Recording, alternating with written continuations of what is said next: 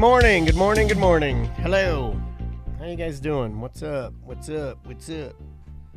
Oh, I think I got our guest. Perfect. Let me give some love to you guys. Let me get our guest admitted in here and see how he looks. Let's see.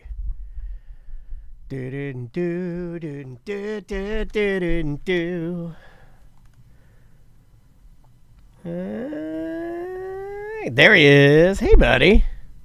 How are you? Let me adjust this. There you go. Up, dudes.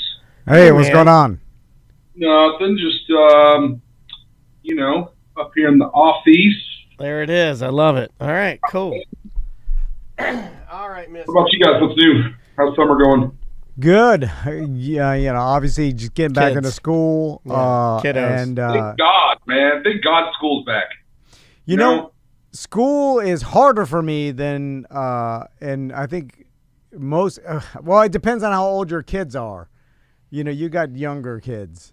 I think 4, 5, 6, 8, 10 right now. Yeah. That's a lot, though. That's a lot of kiddos. 5, 6, 8, 10. That's a lot. You got a brood. I got 4, 5, 6, 8, 10. 4, 5, 6, 8, 10. Yeah, I only have one. I have 10. That's all I got. You know, I got a 10 and 11-year-old. Like, so getting them to school, doing the whole process, making sure the homework and all the other stuff is more work than the summer, which I was like, I left my house, everybody's still asleep. So now when I was waking up at 6, getting Max to, all this, Tommy, it's way more Well, you're detached hassle. then, though, too. So you don't even know what's happening. What? Well, we did summer camps and all that shit. It's just like, with 5 of them, it's fucking insanely expensive. Yeah. Anytime kids want to do anything other than school and home, it's and your boy, didn't he win a runner-up place in the big deal? That was last week or week before last. We were in the Cal Ripken Little League World Series. Oh wait, don't talk about it. Don't talk about it. Save it. Can we talk about it on the show? Sure. Okay. Because that's like a fun thing to talk about. I was following along. Well, you probably saw all of my hearts on your comment. Man, it was a really good time. I am a sucker for kids doing sports shit. I'm all in. Lake Mary Little League, the girls, the boys, softball, doesn't matter. I'm all in on all of it. I love it. Because they care. They care more than the pros. They cry. Well, oh, God, they cry.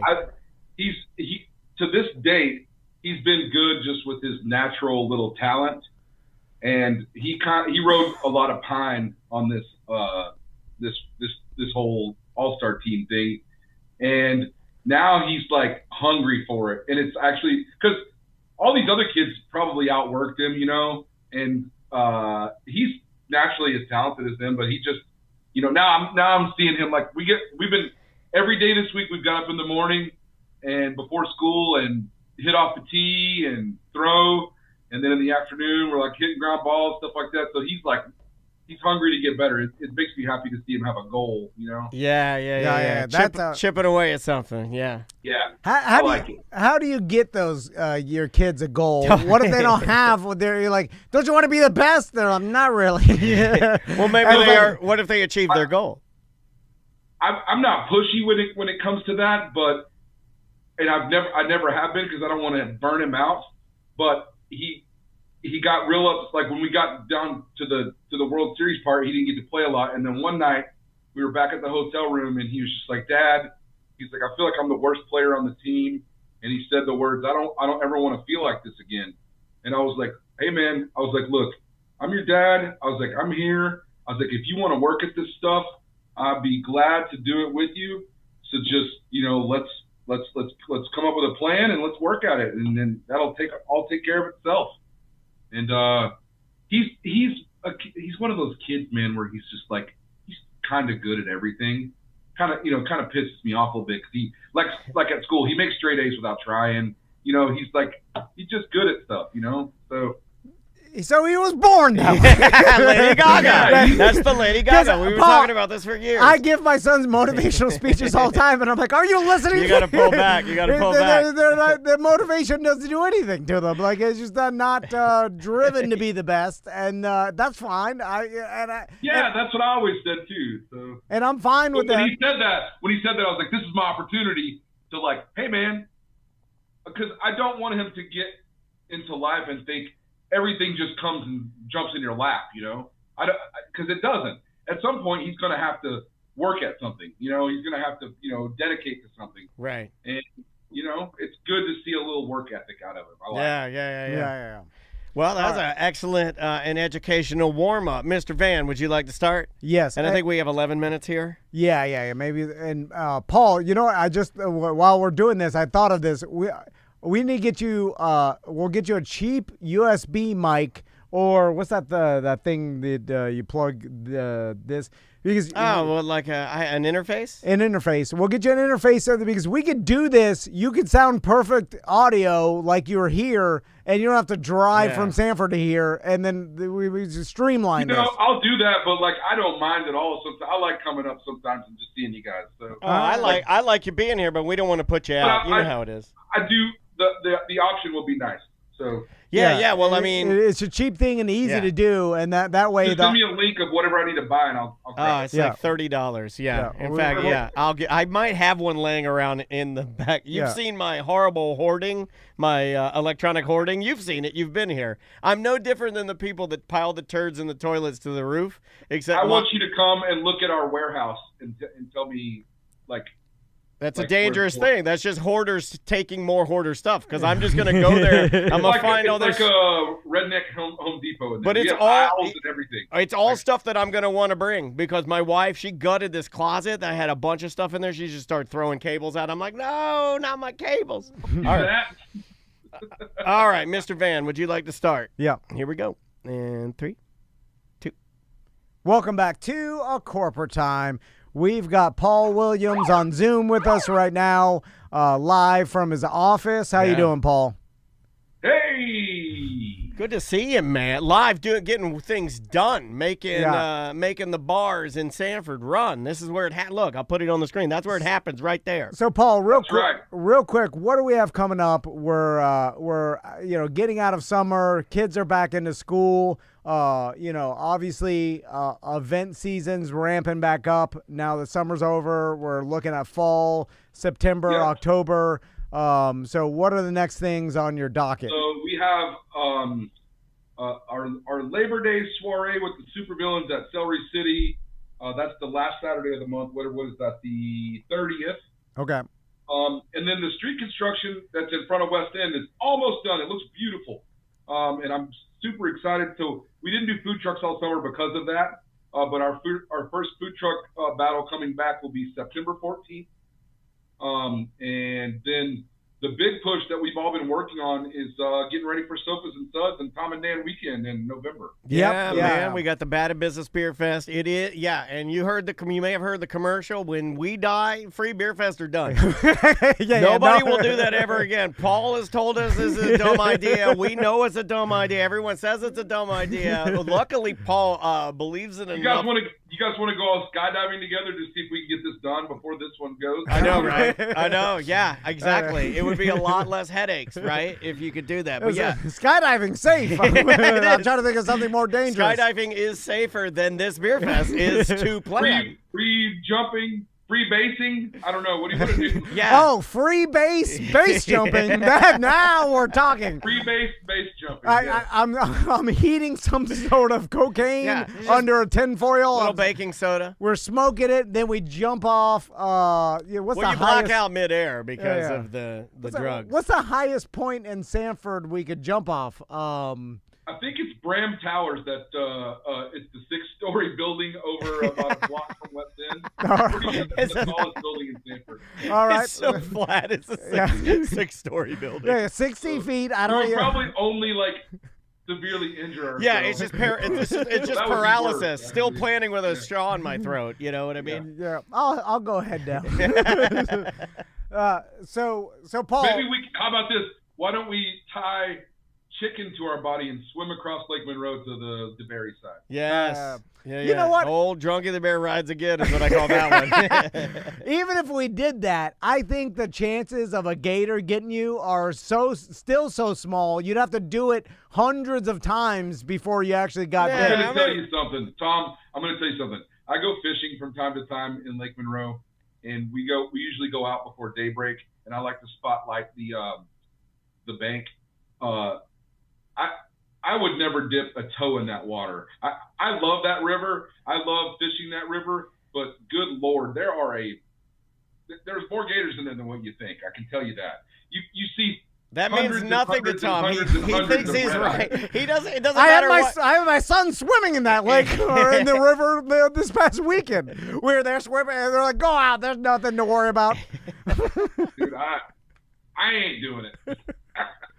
The gators aren't going to bother you. You just have to not walk your dog at dusk. Yeah, it's all about the dogs. Yeah. If you're just That's a human. where the trouble happens. Yeah. Except for me, I am the shape and size of a small dog. So I am I have the body of any dog that you've had on any of the Pints and Paws shirts. I get mistaken for a rescue dog all the time. So why don't you enter the photo contest this year? You know what?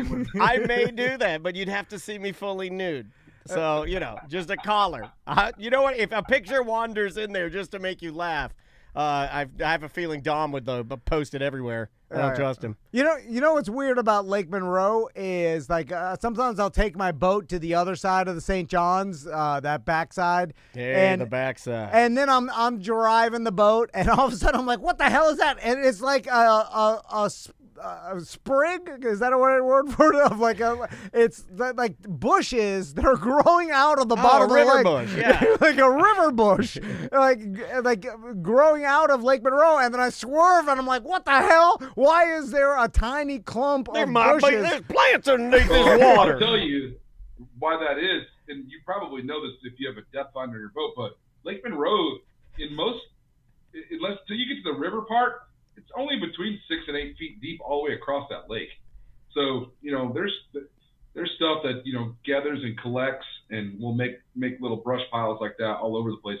And those are the things you look for when you're fishing. That's the fishing spots right there. Yeah, but Tom is just hauling ass, his family on the front of the boat, ready to rock it into the water, at any moment when he just spearheads his boat into a big old cypress stump or something out there. I was like, why is there bushes in the middle of this damn giant lake? I'm going to chop it up, head for the bush.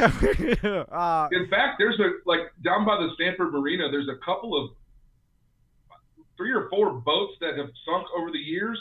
And there's one right off the point out there that you can still see the little flagpole that sticks up from the boat. It's like a sailboat that you can go fish around that. There's always fish on that thing, man. Yeah, well, that's what I run into in my boat, Paul, because I'm not paying attention. Yeah, this guy's You're going to be number 5 at some point. Yeah, this guy's had 6 lime White Claws, and he's driving with one eye open, and the front of that sailboat right into his deck boat. Yeah, and that's right where the bushes are, right around the Sanford Marina, and the front is like, well, what the hell? Where do you keep your boat? Don't you keep your boat around there somewhere? No, on the other side, a boat tree. I can't afford the Sanford Marina. You're over there. Is it more expensive than boat tree? I don't know, Paul, because I'm too lazy to look into it. And now he's got ants in his boat, Paul. Paul, his whole boat. My son's left a Wawa sub in the goddamn head. Yeah, but I thought ants only like sugar. They don't like Wawa. No, they like it all. And there's so much more. You know what? And ants, here's a word to the wise, ants. Wawa subs not as good as they used to be. Everything has dropped in quality. Everything has. I'm a Potbelly sub man myself now. Paul. I mean, I have a Wawa. I do have a problem with getting food from a gas station these days. Yeah. I lived off 7-Eleven for years, post-bar 7-Eleven, and probably wasn't the best for me, but when people say how great food is from the gas station, I usually just check out of that conversation because it's still a gas station. So that's how I feel. True. Paul, real quick, and of course, Sofa and Suds, Bad at Business Beer Fest, November 22nd and 23rd. It's the Sanford weekend. It is. Mark your calendar the weekend before Thanksgiving. Free beer fest. free Sofa and Suds. Of course, there's going to be VIP of Sofa and Suds like there is every year. Family-friendly event. We love to see families out there, everybody. Yeah, book up some the local Airbnbs before they get full. That's a fun weekend to like stay downtown, grab a golf cart, do the whole 9 yards. Oh, that's a good idea. Write down Airbnb. Tom and Dan. Tom and Dan Airbnb. We're thinking. What do you think of this idea? We're thinking of starting a Tom and Dan Airbnb in Sanford. Yeah. What do you think? That sounds great. So, Paul, I know you do so many events. You don't want to add one to the calendar, but all this boat talk got me thinking that every year when I was a kid growing up in Miami, that my dad used to take me to the Columbus Day Regatta. Oh, the nude boat parade. Yeah. Do you want Paul to plan a Sanford nude boat parade? What about the Sanford Columbus Day Regatta on Lake Monroe, right? And then this has never been done before, but we'll have all the boats in the middle of Lake Monroe. You do a lot of never been done before. Biggest and best. But there actually is talk of bringing back what used to be kind of a marginally popular event, the Christmas, the lighted boat parade, where the boats will decorate their boats up with Christmas lights, and then after the sun sets, they do a little parade. That's something that was really cool. They stopped doing it about 5 years ago, but there's talk of bringing that back. I have always loved that, Paul. I was a young boy. Picture it. It was DeLand, Florida, 1979. I was 3 years old, and I'm standing on the banks of the St. Johns River watching the Ku Klux Klan drive by in their boats with it all lit up, and they're playing I'm Dreaming of a White Christmas, and my mother, mortified, covers my eyes, and we run for our 1979 Honda Civic, and we jump in, and my mom lights up a cigarette, and we drive away. They made Honda Civics in 1979. I think so, yeah. We had one, yeah. Or it was an 82 or something. I don't know. Paul, it was old, and it was the little bubble one. Listen, if you mark my words, if you bring back the Christmas Day or the Christmas boat parade, Tom Van will have his boat in there. I begged you to do this a couple of years ago, and Crystal was in, and I got the batteries and everything. No, but you wanted to do it in Winter Park, and I got a trailer in my boat over there, drunk. That's fair. I got a DUI. You know, that's fair. That is fair. But if we do it in Lake Monroe, my boat's already there. I just drive over there. The water rules are a little, less strict. Not as much. Well, the water is moving up and down, so you're allowed to move up and down. No boat cops at night. They're not, scheduled at night. They don't come out at night. Yeah, it's only during the day. Hard question. How many lit up dongers are you going to have on that boat? You notice he started giggling diabolically. There's a 12-person capacity. Can you have too many lit up dongers? So I mean, those are easy to make. You can do because even the Yuletide things, they look like lit up dongs. So those yeah. Well, it's a family event. Yeah, let's do the Sanford Christmas Dong Parade. All right, we got to get out of here, Paul. So, of course, the food trucks are coming back September, mid-September, 14th. Yep. And mark your calendar. It's a battle. It's an elevated one, too, so it'll be like 50 trucks out there. So, looking forward to it. Awesome. So mark your calendar, September 14th. Also, of course, Sofa and Suds. There's still time to sign up for Sofa and Suds races if you want to put in a couch. We've only got a couple of sign-ups so far. We just put it out a couple of weeks ago, so it's time to sign up the couches. All right. We'd love to get those, start getting those in, and then get that full. That way we can start working on some recliners this year and make the recliner races a little bigger. Yeah, 100%. If you have a small business and you want to put together a recliner on wheels, it's insanely good exposure. Yeah, I mean, you're in front of so many people, and it is a beloved event. My dentist office, everybody goes. Everybody, they shut down the entire thing. It's like, no, we're going, or whatever. Everybody there goes. They're always asking me, don't ever cancel it. It's got to happen. I'm like, well, I mean, they should do a couch. You know what? You're right. You know what? I'm going to hit him up. Office couch would be great. I'm going to hit him up. I'm going to ask him if they do that. That's a good idea. A tooth couch? That would be awesome. A tooth couch would rule. Yeah. A tooth on a spring like Django. The second Django reference this week. Yeah, he loves referencing Django. Only the tooth, though. Paul. I bet if you get like a replica of Gary Busey's teeth, that'll fill out one couch. True. Yeah. Well, Paul, it was great talking to you. Again, drinkatwestend.com for everything going on at West End. And, of course, Celery City, all of Paul's bars, Citrus City Craft. He owns like 20 bars. So well, if you go there, you're going to get treated well. Wild West End. Wild West End. Yeah, go there and check Celery it out. City Cigars. Yep. Yeah, go there. And, hey, man, give everybody there some love from us. Hot Asian buns. Hot Asian buns. Yeah. Yeah. Which, it does sound. Oh, Maya Rosa is fully open now, too. That's in the back of Wild West End, and we'll be having a grand opening in September for them. So that's coming up also. My boat in the Sanford Boat Parade is going to be sponsored by Hot Asian Buns. Okay.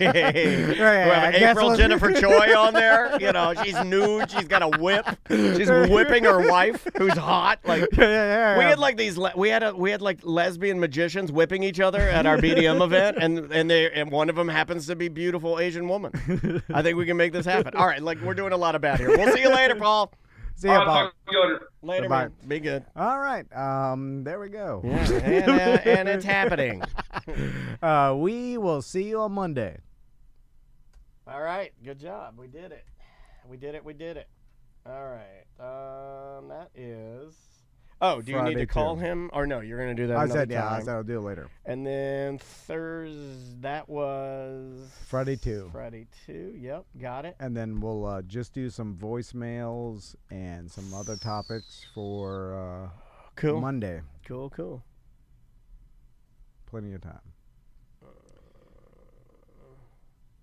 Let me see if I can find this video for you.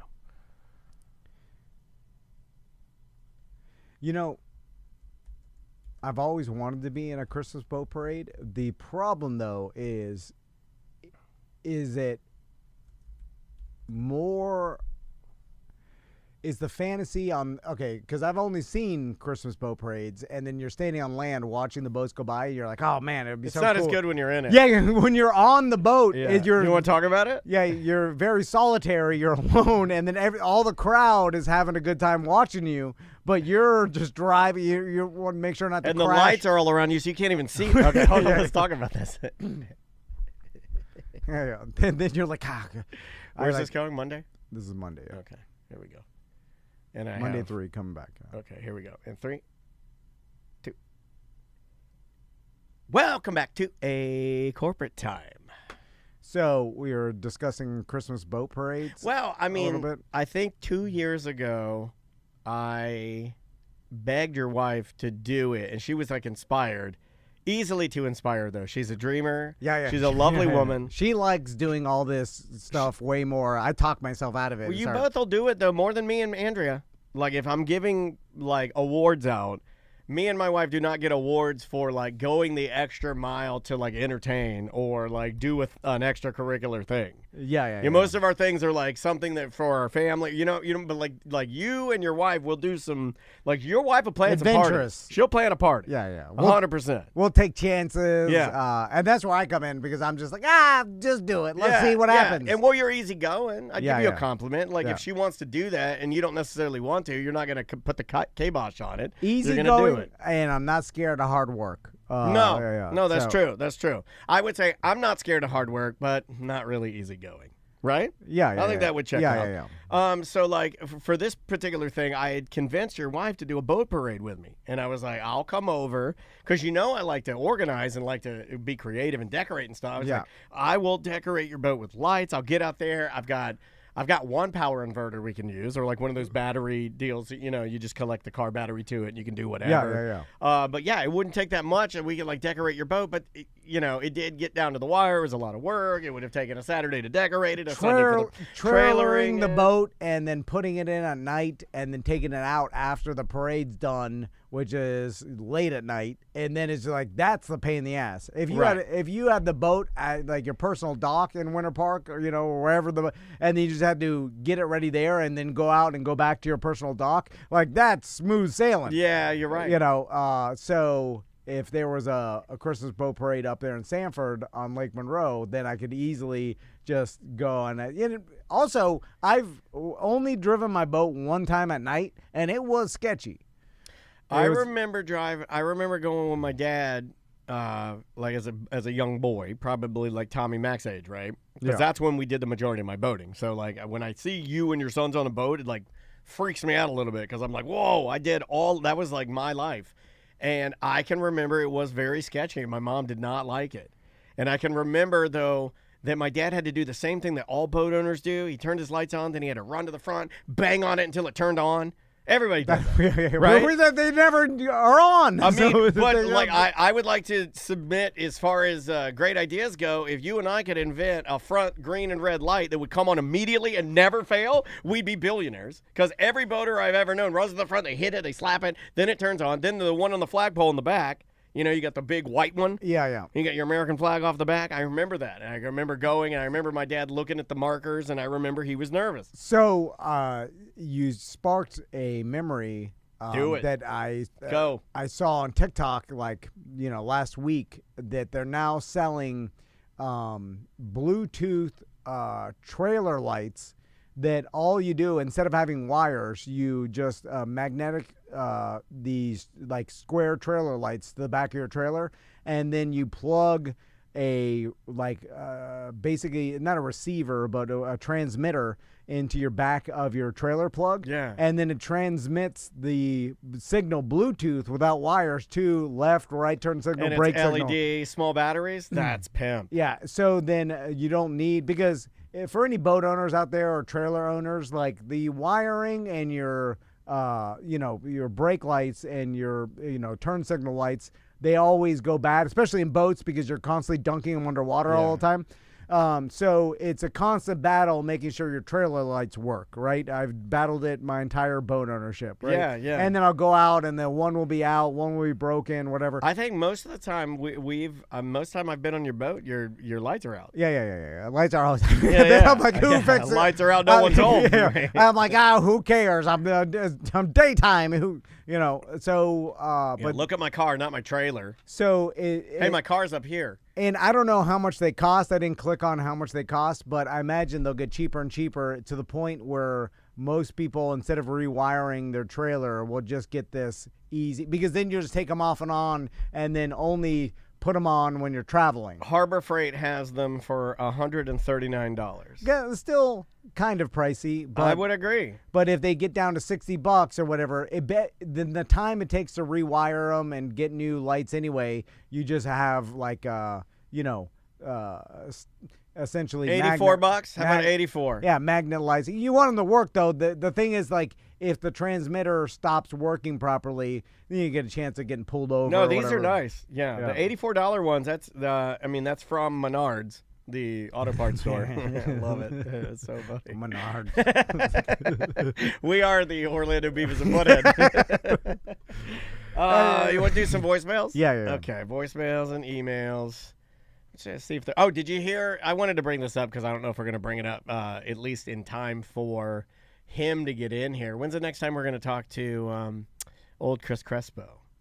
Oh, he's coming in like 3 weeks. Okay. On Monday. Because there's a new Rambo movie being cast. Really? Yeah, they're doing like Rambo Origins, and then and you can see it. I can't put it up for the chat room yet, but that's the guy they're cast. They're going to cast him as a young John Rambo. Okay, so this is a prequel. It's what it seems like, yeah. Now, John Rambo in the original Rambo, Sylvester Stallone, was young. Like, was he in his late 20s when he played Rambo? Probably. Or was late 20s, early 30s. Was it after Rocky? Yes, Rambo was after Rocky, 100%. So Rocky was his first movie. That was what Rocky was the one he wrote. And he launched his stardom. Yeah. And then he came out Rambo after. So, also, when everybody said, remember when it was like a big thing for everybody to say like, oh yeah, Sylvester Stallone has the highest IQ of anyone in the world. Do you remember that? I do not remember that. Yeah, there was like a thing where people were like, oh, he's Mensa, he's got the highest IQ of any human in the world. You don't remember that? No, I do not remember that. That can't be true. Maybe he does have a high IQ, but yeah, I think when I was a kid, They were just it was high. 160. He's got a 160 IQ. That's high. It's high relative to what we perceive him as, because I think the stereotype with Sylvester Stallone is yeah.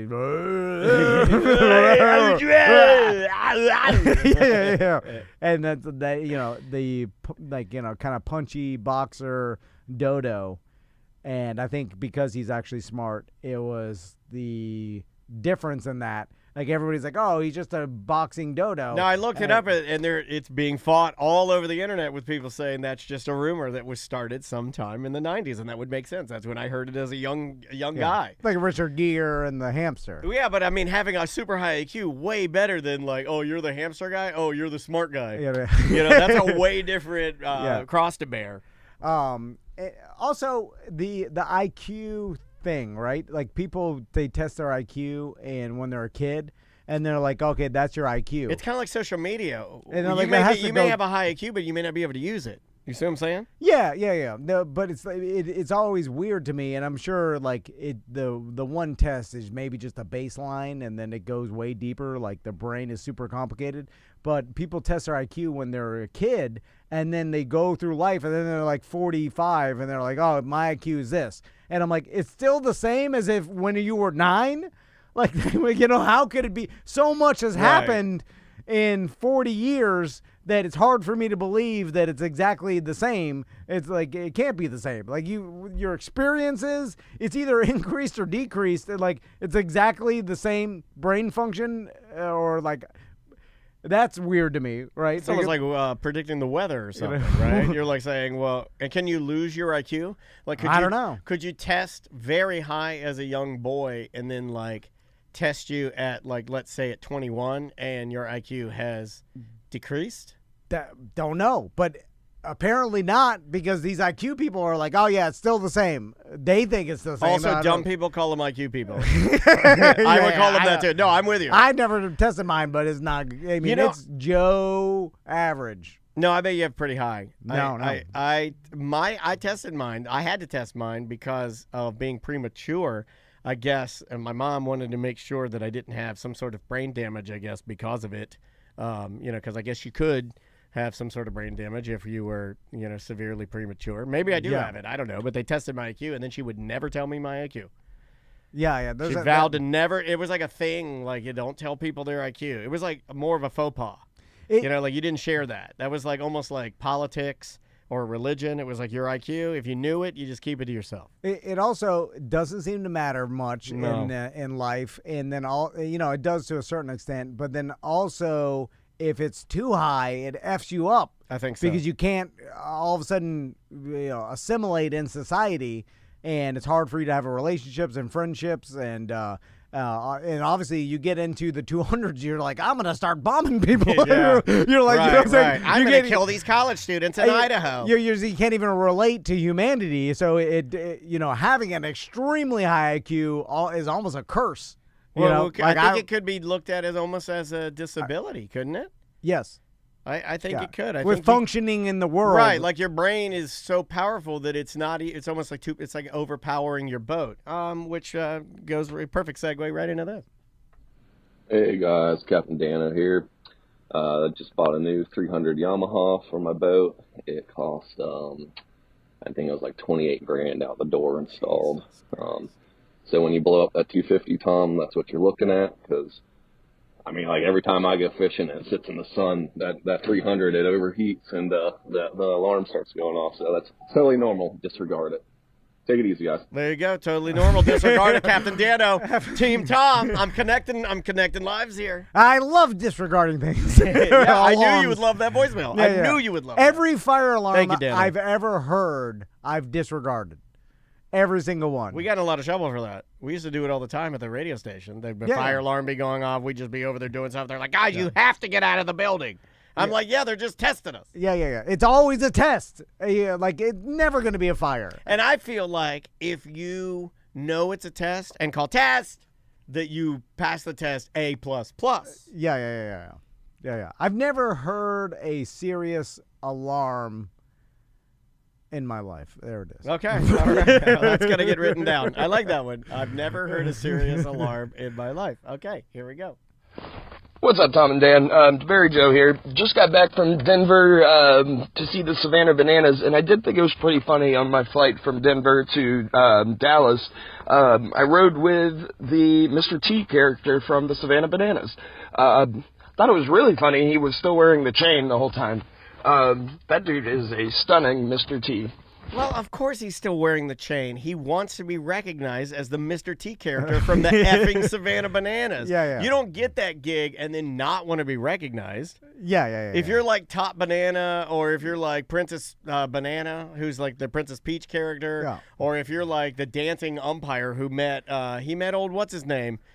Looks like a thumb. My daughter says he looks like a thumb. Quarterback family.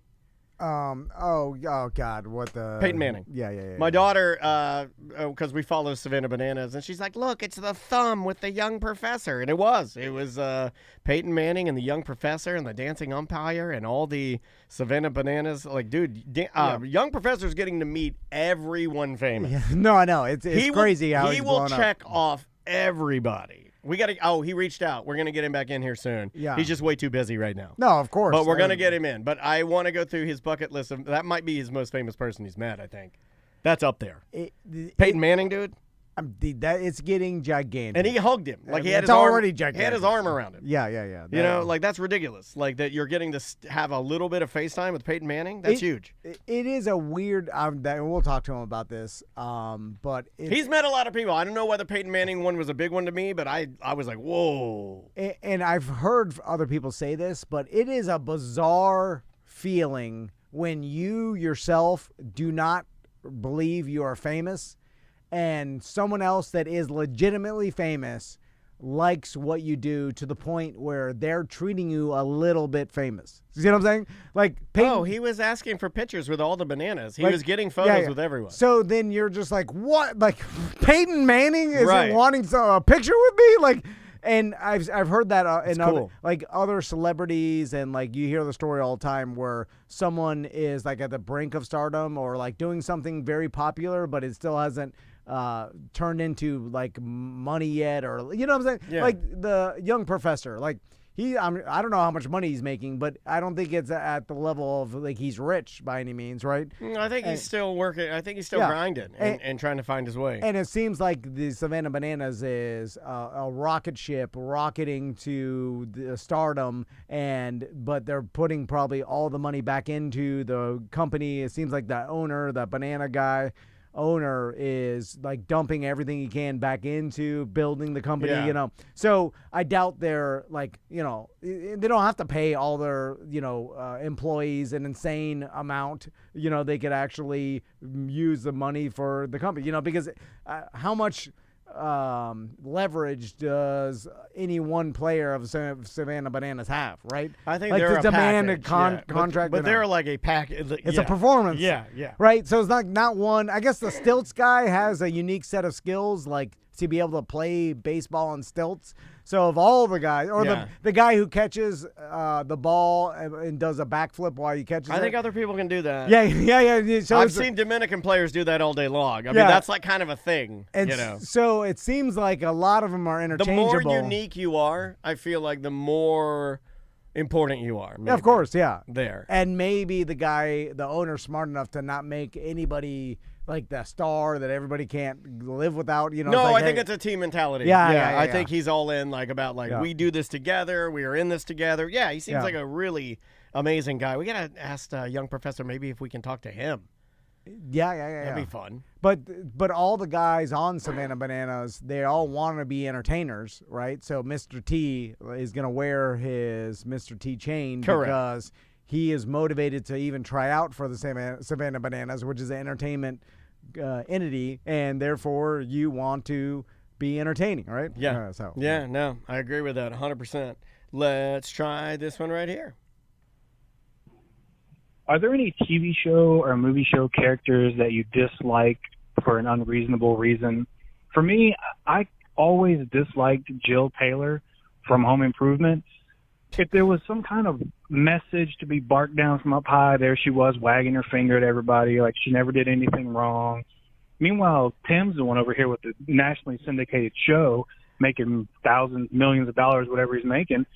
And she's over there playing around with her little, I don't know, psychology degree. She's in her 50s, still going to school. Like, yeah, just a few more years, Jill, you'll really be adding to this family. I just dislike her, man. Like, is anybody else that you guys just can't stand watching? I can't stand Jill Taylor. The fact that he had a well thought out, like almost fake argument with Jill, saying, "Oh yeah, a couple more years, you'll be out of college, Jill." Like, that's wild that he thought about it that much.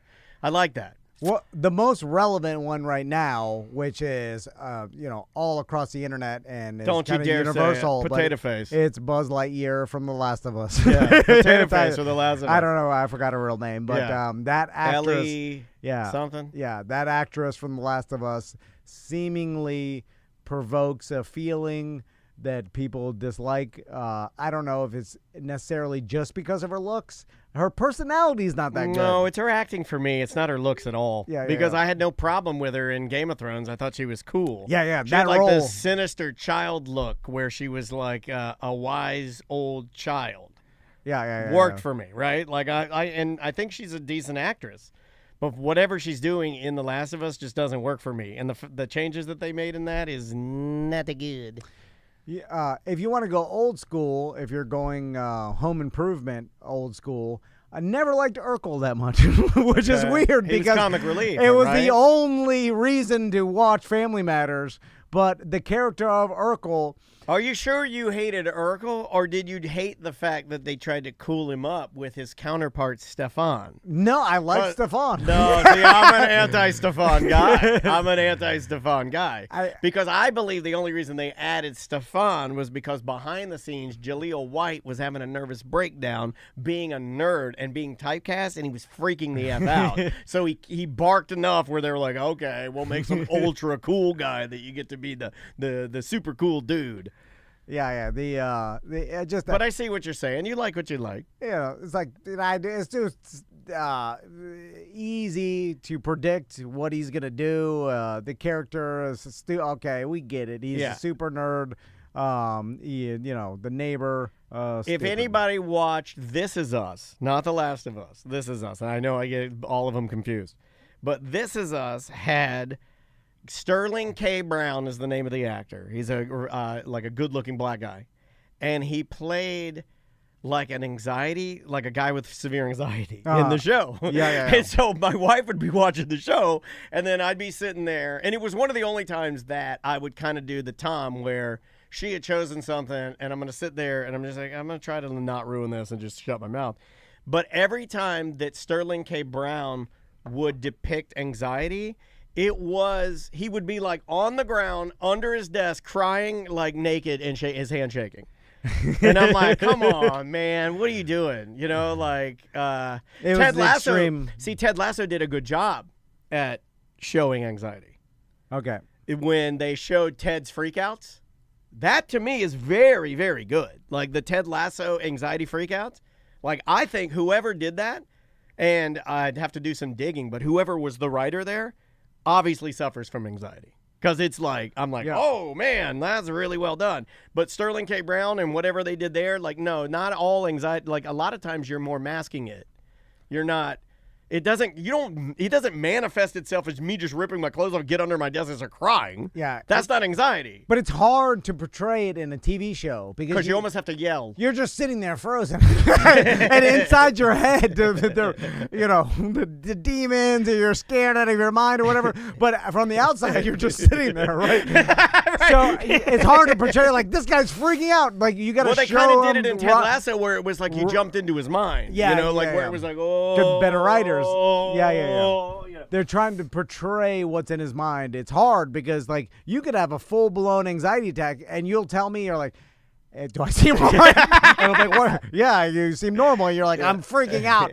I've been freaking out all morning. And then I'm like, I've never even noticed, because you're just sitting there looking at your computer. But inside, it's rotten. Also, they depicted him like there was one pivotal moment in the show where he had like a complete breakdown. I think he'd been let go from his job, or the pressure of his job was too high. And he was under the desk, and he's like freaking out. He's like holding the sides of his head, and he's like crying. And then like his brother, because they're like adopted, they're like a biracial adopted family, comes comes running in and like starts holding him, and I'm like, that doesn't work like that. You don't sit there crying, and then even Andrea's not going to come over and like, oh my God, let me hold you through this anxiety.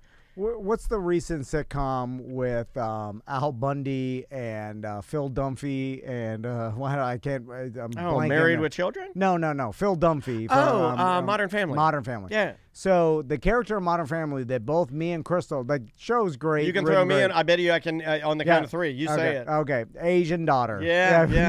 Was her name Millie? Yeah. She was great when she was real young. And then they had to keep using her because when she grew up, they didn't. That's a fallacy that they had to keep. Not using a good her. actress. And we'd always say it like this actress. And no, Lily, not Millie. Lily was like it was one of those things where I think they were forced to continue to use her, and she grew up. They could have pull her and just put another character in there. They did it on Roseanne. It was just fine. Yeah. And it's not well, as long as she's, I hate to say it, but as long as she's Asian, you've got continuity, and she's still the adopted Asian daughter of the two gay guys, and it's fine. Yeah, and maybe because of the way they filmed, it was so micro, and they're like, we'll just continue, we'll just write less. I'm gonna go hot take. Not good. I'm going to go hot take on him. I don't mean to do this. Manny lost me a little bit, too, in the last seasons. Yes, yeah. Manny, you got too old. Yeah, you got too old, and now you're just an old fat guy. All I can envision you as an old fat guy laying on top of Sofia Vergara. Yeah. You're like, I tried to look for that in the videos. I tried. I tried to have AI. I was like, draw me Manny. Draw Manny boofing his mom in Modern Family. I only watch Modern Family porn. Manny and his mom, Sofia Vergara, for Rooms to Go. I want it all combined. I want Sofia Vergara for Rooms to Go. I want Manny and Sofia Vergara having sex on a Rooms to Go couch. Okay. Since you mentioned Married with Children, never liked Bud Bundy. Okay. Local. Be careful. He's a local guy. He's an Orlando guy. We could get him in here. Out of all the characters in the show, Bud Bundy was a dud. David. Bud the dud. I said what I said. Yeah, Bud the dud. Yeah. It's just never good. I was like, don't care what he's doing. Don't care what he thinks. I care more about the dog, the talking dog, than Bud Bundy. What was it? Buck? Buck the dog? Yeah. Even Bud was horny, though. Maybe you hate him because you were him. No, you were a young Bud the Dud. You want to do another one? Yeah. We got one more. We can do one more. Remember the handyman that called in and he was freaking out? Oh, yeah. Because we're going to have him in. We're going to set up a weird job with him. He wrote he listened to us and make fun of him, and he was laughing his ass off. All right. And he wants to come in, and we'll have a Tom and Dan handyman day. Okay. And guess what? We need a handyman, so this is just an easy way to... Well, I know handyman. No. What do we need a handyman Maybe for? We need one that's, I could be a handyman. A lot of your handymen seem to fall asleep while they're painting. All right, let's do this one right here. Hey, Tom and Dan, I see that Sabrina is recording with you guys today, so I had to Google up Sabrina getting choked out because it's always worth a good laugh. And when I Googled it... Let me explain that. Sabrina Ambra did a bit with the News Junkie where she went to, what was it? American Combat Club. Yeah, American Combat Club, and then she had someone there choke her out. And then she's like,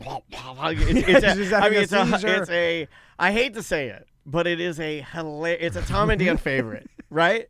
Yeah, it's in our Hall of Fame of videos. There's a couple of videos, like we have the fat lady that's riding the mini bike that goes over the whoop, and then her gun propels her into the air. Yeah, and then she rolls smoothly.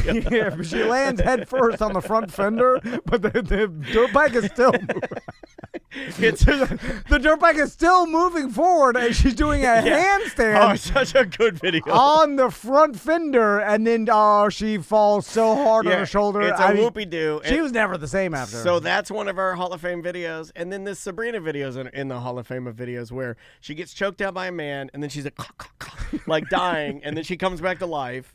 And then she's confused because she's been unconscious for maybe 10 seconds. And you can find this video. All you need to do is go to Google and just type in Sabrina the News Junkie choked out. Seriously, I did this. Well, let's bring it up. Okay, let's watch it. let's watch it. We haven't watched it in a while. We used to watch this when we worked there, right?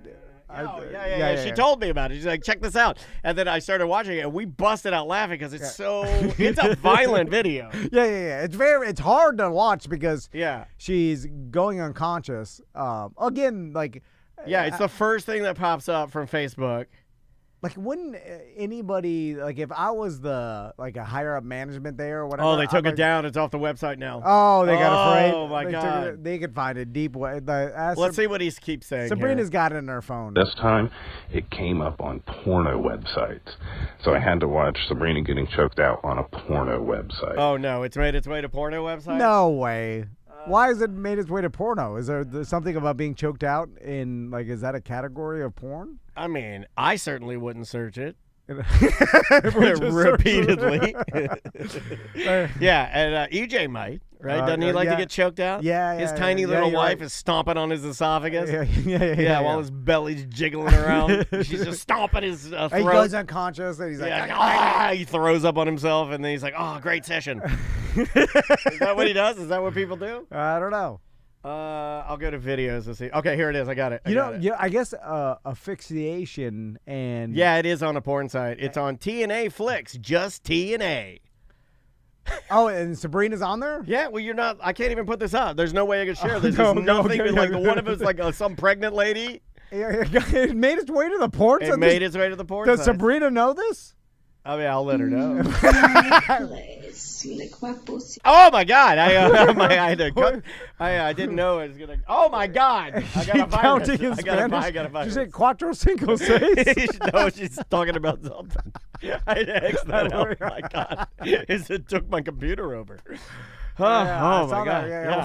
You're like, hold on. I want to see the video. It's gone. It can't be played. Anyway. It's one of those tricks where they have the thumbnail of Sabrina getting choked out, but every time I click it, it just loads up more viruses. Oh, cuatro cinco seis. That's all it got me. Yeah. All right, let's take a break. We'll be right back with more corporate time. That was funny. That was funny. All right, buddy. Lunchtime, I guess.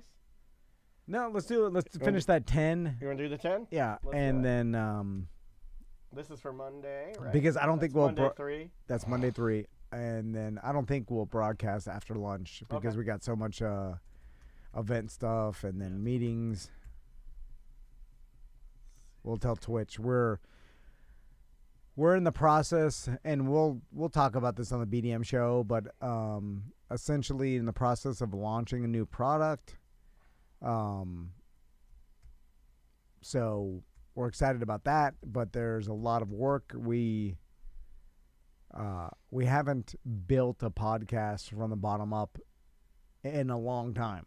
And I can't even remember some of the things. Part of this is just to see if we could take 15 years of what we've learned and apply it to a new project, you know? And because, you get used to doing the same thing, and then we're, micromanaging this company, and then all of a sudden you get so far away from like, what does it even like to launch something new, and what do you need to do, and what's the best practices for launching something new? Because when we launched this podcast, it was a nothing really, because we never thought of it as a business. It was easier to launch ours because we just there was no blueprint. Now you could be doing something wrong. And we never even, maybe in the back of our minds, but we never thought of it as it's a podcast, guys. They think it's like a product. It is, but it's a consumable product, not like a dildo or a beer or a hat. Yeah, you can phone find that charger. Yeah. It's a new podcast. Anyway. We'll, you want to do 10 minutes here? I got something. We'll get in depth in the BDM show. All right. Okay. I got a little something, then we can go back to emails and voicemails. Yep. Here we go. In 3, 2. Welcome back to A Corporate Time. I'm not in hot water, but Andrea's not happy with me because she has a garage refrigerator. You stuffed it full of peanuts? I stuffed it full of peanuts. Okay, you knew this was going to happen. Yeah. I helped you load those peanuts. As soon as it's way more than I thought. Yeah. It's way more peanuts than I thought. Well, first, it's a full bushel of sweet Georgia Runner green peanuts. Dude, that was 50 pounds of peanuts. It's 100 pounds of peanuts. Oh, each box was 50 I was pounds. supposed to get 50 pounds of peanuts. I got 100 pounds of peanuts. Okay, because when have a I lifted problem up that now. box and we put it into your Tesla trunk. Yeah, I blew my back out. Hey, were you impressed at how deep my trunk was? Yes. You yeah. could put a lot of peanuts in a damn Tesla, dude. Here's what I don't like about it, though. The spare tire takes up most of the trunk. I'm gonna make you even more mad. The spare tire I had to purchase separately. They do not come with a spare tire. Oh, that's why it's not built in or whatever. But okay. I'm a safety first guy. I'm not gonna be tooling around here with my kid and my wife in the car without a spare tire. So the first thing I did is bought a spare tire. Yeah. But that's a small flaw. Yeah, Although, I had it in the passenger seat for a while, but Andrea made me take it out. Although, the likelihood of you needing a spare tire is rare. I blew out 2 tires on my car, so I have to beg to differ on what you're saying. Because remember, I hit that pothole and it took out 2 tires, so a spare tire wouldn't even done anything. No, that's yeah. In that so case, maybe I'm back to your argument. Yeah. I knew it. I knew it. Dude, hold on, let me put the camera on you. Now, I know you like that. My old truck, my first S15 GMC truck, or that I got when I was 15. Yeah. That I changed the tire on the side of the road probably 5 or 6 times because I was getting used tires and all that. But I've never changed the tire on my Silverado, and it's paid off already. I've changed the tire on. Not on the side of the road. Like it wasn't. There's never been an emergency. I may have changed it out at home because it got flat. Gotcha. But that's not really an emergency. So I was like, I could have found another way if I. There was a hot minute where I was doing it a lot with me and Andrea, and you might remember on my GTI, like there was some construction or something, and they had low profile tires. And I remember doing it once on my car, side of the road, and then twice on Andrea's EOS when she had that hardtop convertible. This is like 15 years ago. It's before we had kids and anything. And I remember I did a lot there. The problem now, going back to peanuts, is that now I have 100 pounds of peanuts in my garage refrigerator, and I have none of the product that I need to boil these peanuts, and I have a limited window because they'll start molding and sprouting if I don't I got to get to work. This weekend was going to be just chill out time, but now that I have 100 pounds of perishable goods in my garage, I got to start boiling peanuts. Okay, so you built yourself a prison of peanuts. Yes, I built myself a prison of peanuts. So now I have 100 peanuts in the garage. Ooh. I got to get like 50 jalapeno peppers. I got to get all my crab boil. I got to get salt. I gotta rinse them. I gotta get up early to do it. I've never done them in this big cooker. I've only done them in a crock pot. I've never done them in a 60-gallon. And then once you boil them, do you have to put them back in the refrigerator? Well, what I was gonna do is, I was gonna pull them and then package them, meaning I'd scoop the nuts into quart containers, like those Asian style clear quart containers that you use for like Asian soups. Yeah. So I'm gonna hit up one of the restaurant supply stores. Probably go to Asian Town today. Hit up one of their stores and just buy an S-ton of those quart containers. Yeah. And then once I get the peanuts done, I'm going to package them. And then this first batch, to get them done, I'm going to be doing deliveries. And if you want to swing through the studio and get some peanuts, I will gladly sell you peanuts right out of our studio. Yeah. Cash only. Cash only. Like Tom said, we're not doing any credit, no Venmo. We're not doing Zelle. You can take your Zelle and it can go to hell. We're cash only. Yeah. How much for 1 quart? 1 quart is $10. You gotta up the price, buddy. Really? Yeah. 1 quart, $20. I don't have any stickers or anything. I'm just writing on the top of them. We'll get you some stickers. And if you're BDM, though, you get free nuts. Seriously, I'm serious on that. Okay, free. If you are a BDM and you'll drive here, I will give you a free container of nuts. Okay, I swear to God. I like that. Because members have privileges. If you don't have a BDM membership, you can't show me that you pay, then you don't get free nuts. How long can they stay good unrefrigerated? Like, what do you mean, the nuts? Yeah. I don't know. There's a little piece of paper on the top that said that they needed to be refrigerated immediately. Oh, they're boiling. I picked the box up. I was like, these things are already dry roasted. They're hot as hell outside. Yeah.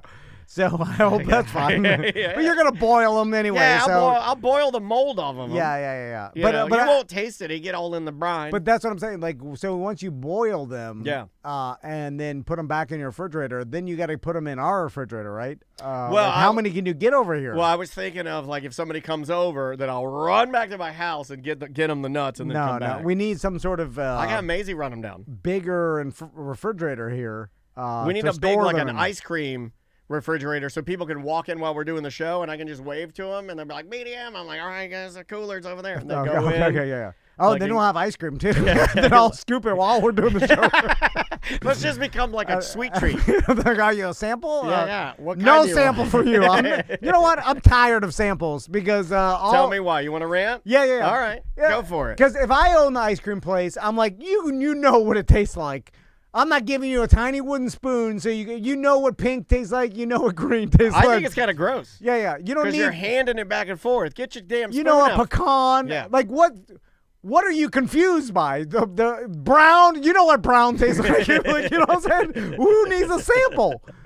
Who's asking for samples of ice cream? My wife is a sample No, queen. Yeah, she you know knows. she is. No, she knows. She's You're 40 years old. You know what ice cream Oh, tastes now like. you're in trouble. You revealed her age. No, she doesn't care. I'm just saying, adults now, kids, I'll give them a pass because they don't understand what pecan. Like they're kids. But if you, I did though. Kids are too soft now. My mom taught me what pecan was. I knew as a young boy to stay away from pralines. Yeah. I knew to stay away from pralines. But if you were a middle-aged adult, if I see you get a sample, oh I'm my gonna God, she's in there. She doesn't know what the Kelly's flavors taste like. No, it's all the same. It's not. It's Not a- a Kelly's is not. You know what birthday cake tastes like? You know what all She's of it not tastes getting like? that. She gets a crazy one. Brown, white, pink, blue, even blue. You know what it tastes like. Not a Kelly's. What is Yeah. blue at Kelly's? Yeah. No, I know. It's all the same. No, It's you don't. What yeah, is it? It's a version of an iceberg. No, it's sweet Everybody knows- cream with Oreo and cookie dough. Yeah, and that, well, okay, well, if it says blue cookie dough, I know what cookie No, dough. you don't. No, yes, you don't. I do. No, It's all no. the same, You're yeah. misinformation. Eh, Fake news. Every I can walk in there and be like, in my mind, before you give it to me, I can get pretty close in my mind of what it tastes like. No more samples. Okay. All right. All right. All right. You feel better now. Yeah. Sometimes you just got to get it out. You know what? That was my bad. Yeah. Because I should have asked you, do you want me to help or do you just want me to listen? And right there, I Yeah. think you just wanted me to listen. Yeah. My ice cream shop, you walk in, you're like, can I have a sample of the chocolate pecan? I'm like, no. You know what you're a grown man. What if I could or buy a woman. sample? You could buy a sample. I know the way to your heart. $1, I know the one. $1. I know the way to your Yeah, heart. I'll give you a sample. One wooden spoon of pecan for $1. Yeah. Put it in the tip jar. No, but what if I say I don't need a real scoop now? I'm full on the sample. Are you going to be mad? Yes, I will. And you say, get the hell out of my ice I'll cream say shop. get the hell out. Yeah. All right. Let's try this one. Hey guys, when you had Kenny on and he was talking about Billy Joel playing in Russia and getting mad that they were lighting the front rows of the, kind of the dignitaries and stuff, and they weren't really into it, and he was yelling, "Don't light the audience," and he flipped out and tossed his piano over and stuff. It's definitely a punk rock move. Billy Joel, New York City, kind of a guy that doesn't really care very much about what people think, I guess. But the reason why he was flipping out was because when they were lighting the audience, there were people that were dancing, and when they would light the audience, and especially the front rows, people stopped dancing because all of the oligarchy and dignitaries were seeing that happen, and they would stop dancing. The people that were really excited to be there and hear American rock and roll. So it's still a pretty cool story, but that was the reason why. He's like, stop lighting the audience, Josh, which is also super funny because the guy's name is Josh. Anyway. Oh, okay. So that's why he says that. Is he just? It's like if somebody put your parents up on the jumbotron while you're acting the fool, you'd straighten up real quick. Yes, yeah. They don't want to dance. They're embarrassed to dancing on the camera or whatever. I saw the Billy Joel, the beginning of his documentary. Oh, Did you saw ever see part it? one? No. Is it good? It's good. The problem is I couldn't help but feel like he was behind this documentary, and Tom Hanks actually is one of the producers. So when I saw that, I don't like that guy. So I started putting together. I'm like, okay, why was this made? Now you heard about his brain problem. He's got a brain disease. As of this morning, he shut down his. He has a motorcycle shop. Yeah. And they decided as of this morning to shut it down. So because of the brain problem. So I'm watching this, and I only watched the first episode, and I'm like, I get the gist. I'm not gonna move for watch. You the don't need a rest. sample. I got a sample of this this thing. But I'm looking at it, and I'm like, I think this was made because he realized like maybe this health problem he had. He came to terms with like, I don't have too much time left on in this world, right? And I would like to come out with my story before I die. So my legend lives on, right? I think a lot of people think like that, right? And I think a silly thing, I think, for Billy Joel to say, but I get it. But he wants to tell the story from his perspective, even though documentaries are supposed to be non-biased, right? And that's where we're kind of used to. Like, here's the truth. Maybe this isn't a documentary. Maybe this is his truth. Yes, and so when I'm watching it, and I'm like, okay, it's produced by Tom Hanks, which is probably a friend of his of some sort. You know, he got to know him. He's like, hey, will you help me? Tom Hanks has the access to people that know how to put together documentaries, right? And so he does this documentary. He probably financed a portion of it. He's rich beyond his, anybody's wildest dreams. He's an unlimited money. And so when I'm watching it, I'm like, I don't feel compelled to watch the whole thing because I'm like, this is coming from him. I'm not going to find out any truth. I'm going to find out his truth, which is fine. I guess it depends on if the truth only matters if the bad parts are represented. And he may. Does the bad part have to be represented in order for you to be in on it? I don't. Maybe and this may not be true. I may just be speculating. No, but you're just saying how you feel. Yeah, I respect that. And so when it's coming from him, and he probably has ultimate control. Is he in it talking as if like this is my documentary about me? Well, it's that style where it's a sit down interview, and then they use clips from his whole life, and that seems like the standard right now. Yeah. Where it's like one long sit down interview that may take days. They did that with Phil Collins, but I didn't get the feeling he was behind it. Yeah, and that's why the Pee-wee documentary was so good, is because Paul Rubens wasn't behind it. He did have some ultimate say, but he died. So you could feel that tone. Because interesting. The story was the story the director wanted to tell, and they even document that in the Paul Rubens documentary, Pee-wee as himself, where they were constantly butting heads because Paul Rubens wanted to kind of manipulate the story in his way, and the director wanted his, and that, I think that's what makes it good, telling it in someone else's perspective where you get a different view. Well, it's removed. Yeah, but the Billy Joel one, I'm like, I feel like he's too involved, and this is too. It's kind of almost like pandering towards your own self-image and your memory, and I feel like, well, your memory is what I want it to be. I want to know the whole truth, and then I'll tell you what my memory is going to be. I mean, apparently he didn't commission it. Okay.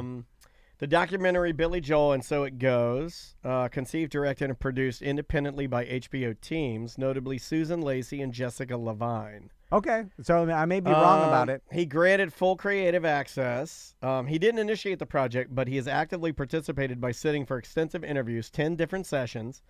He encouraged them to just tell the truth and essentially gave them complete editorial freedom. Okay, all right. But then maybe I'm back in. Because... Well, but I had heard that it does not paint him in a good light. Oh, okay, maybe I need to give him more time. Which almost makes me not want to fire it up because I like Billy Joel. Yeah, but that's the real of it. Like to get that big in life, there's going to be things that other people are not going to like that you do. It's kind of like where Taylor Swift has done a pretty good job on her appearance. Not in the news right now. Weird. No, I'm kidding. She's top story. Like if you watch that Taylor Swift documentary, you could see why she's so successful, because you're like, man, this chick is driven, and I bet you she wants it done right in her way. Yeah. And I bet you there's probably some people she's worked with that were like, this lady's a bitch. Yeah.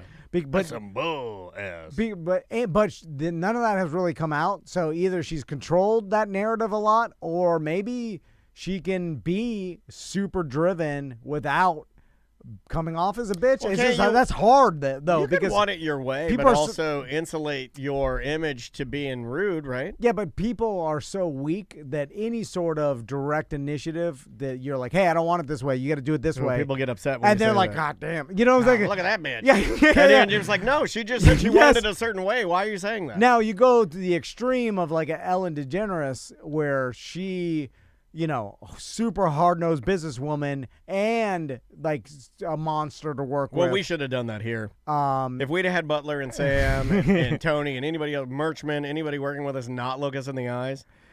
Yeah. You know what? The biggest problem we had was we let anyone that worked here be on our level. And that was a problem. We should have always kept a certain level of superiority. Well, there's an element to that's good for business, establishing a chain of command and like being hard but fair, and sometimes telling people things they don't want to hear and hard conversations, which is extremely hard for anybody to do, I think, but me especially.